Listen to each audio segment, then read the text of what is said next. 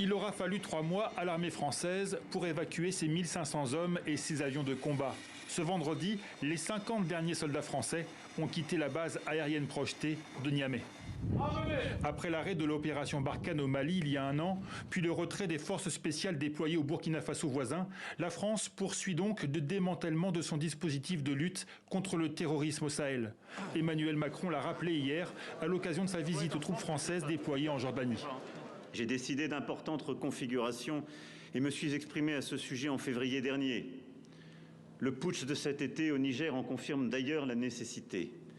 Et nous continuerons là-bas de protéger nos intérêts, mais nos armées seront moins présentes en permanence, moins posées, aussi moins exposées. Mais au Niger, contrairement au Mali et au Burkina, la France n'a pas seulement retiré ses troupes, elle a aussi fermé son ambassade. Une mesure rarissime qui confirme un divorce profond entre Niamey et Paris. L'essentiel du personnel diplomatique français avait déjà été rapatrié après l'attaque de l'ambassade le 30 juillet dernier. L'ambassadeur de France expulsé à la fin du mois d'août. Les autorités nigériennes issues du coup d'État il y a 5 mois se sont rapprochées de Moscou. Avec la France, le différend semble insurmontable. Alors que d'autres pays occidentaux qui avaient condamné le putsch dans un premier temps n'ont pas rompu pour autant avec le Niger de manière aussi radicale.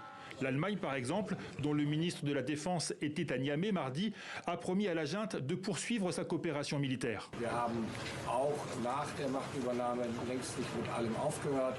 Wir haben unseren Militärberater hier gelassen, wir haben die Spezialkräfte in Niger gelassen, wir haben die in der Ausbildung befindlichen libyschen Soldaten bei uns gelassen, also wir haben nicht alle Brücken abgerissen. Les États-Unis, eux non plus, n'ont pas rompu les relations diplomatiques avec la junte. Malgré la suspension de la coopération antiterroriste avec les Nigériens, l'armée américaine s'est contentée de quitter la base de Niamey qu'elle partageait avec les Français pour se retrancher sur son autre base, au nord, à Agadez.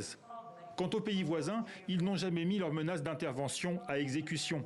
La communauté des États d'Afrique de l'Ouest a récemment ouvert la voie à un allègement des sanctions. Certains dirigeants envisagent même aujourd'hui un rapprochement avec les militaires au pouvoir. Car nous sommes convaincus qu'il y a un temps pour condamner,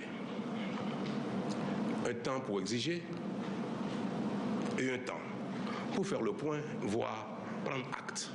Lundi, c'était au tour de l'ONU de reconnaître la junte du général Tiani comme autorité légitime. Les Nations Unies ont envoyé une demande à Niamey pour faire accréditer un nouvel ambassadeur. La France s'en va, mais le Niger sort progressivement de son isolement diplomatique.